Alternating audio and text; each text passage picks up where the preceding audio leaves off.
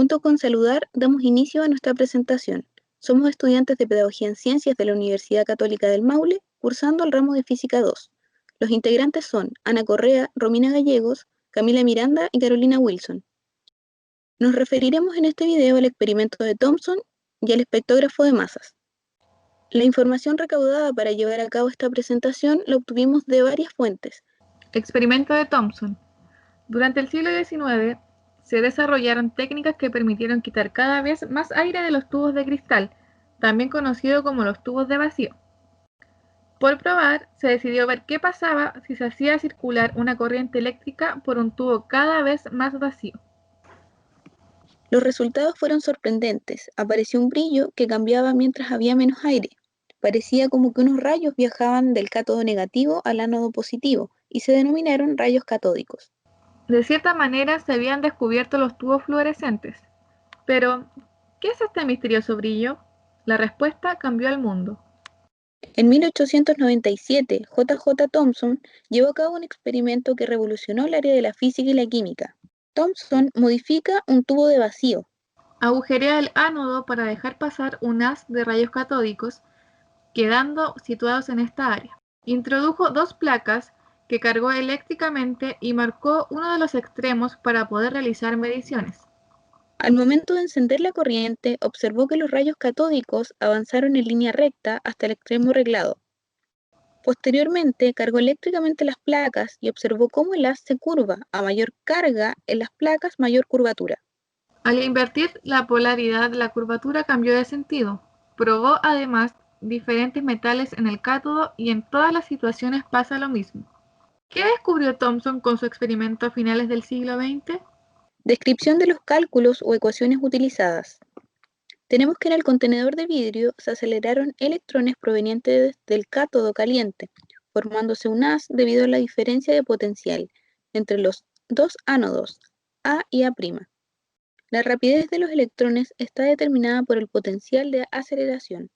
La energía cinética es igual a la pérdida de energía potencial eléctrica, donde E minúscula es la magnitud de carga del electrón. Los electrones pasan entre las placas P y P' y chocan contra la pantalla al final del tubo, que está recubierto de un material que emite fluorescencia, en el lugar del impacto. Suponiendo que los electrones viajan en línea recta, y al combinar esta relación con la ecuación anteriormente descrita, tenemos que todas las cantidades en el lado derecho se pueden medir, así que se determina la razón E dividido m de la carga a la masa. Con este método no es posible medir E ni m por separado, solo su proporción. El aspecto más significativo de las mediciones de E dividido m de Thomson fue que descubrió un valor único para tal cantidad, el cual no dependía del material del cátodo, del gas residual en el tubo ni de algo más en el experimento. Esta independencia demostró que las partículas en el haz, que ahora llamamos electrones, son un constituyente común de toda la materia.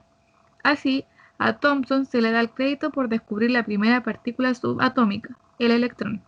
También descubrió que la rapidez de los electrones en el haz era cerca de un décimo de la rapidez de la luz, mucho mayor que cualquier otra rapidez que se hubiera medido antes para una partícula material.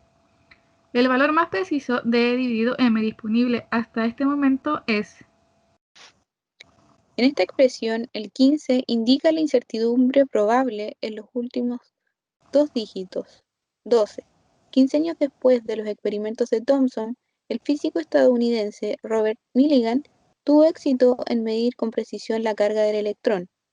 Este valor, junto con el valor de E dividido en m, nos permite determinar la masa del electrón.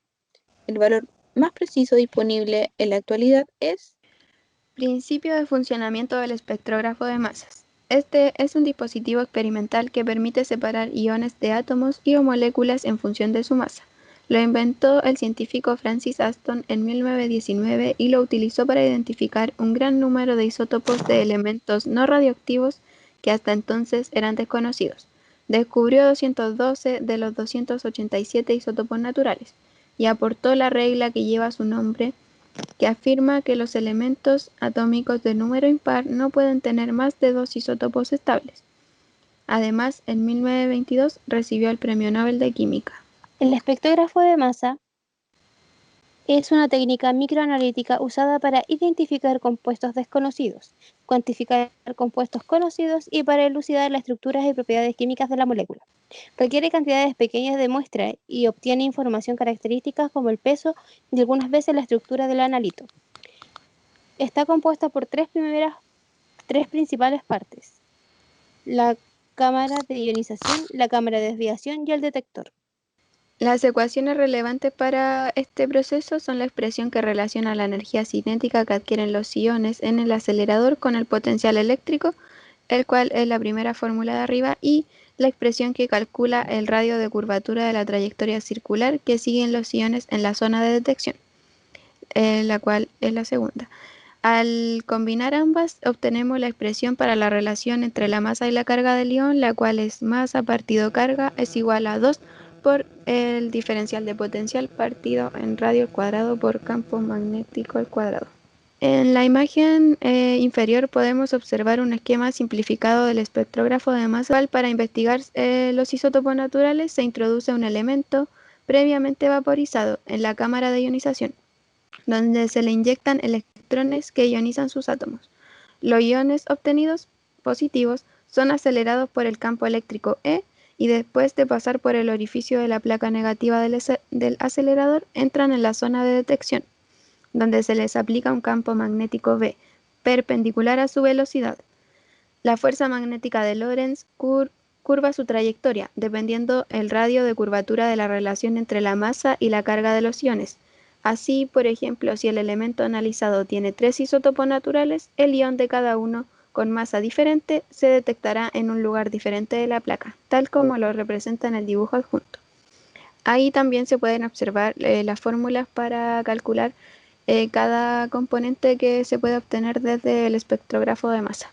Las aplicaciones de la tecnología se han montado en diferentes áreas de la ciencia, como la biología molecular. Se ha utilizado también para el refinamiento del petróleo, determinar si un alimento es tóxico. La relación entre el experimento y el espectrógrafo de masa es que él inventó el espectrógrafo de parábola, el cual pues Aston llegó a mejorarlo para así poder comprobar la teoría de Dalton, si es que las masas de un elemento eran todas iguales o no.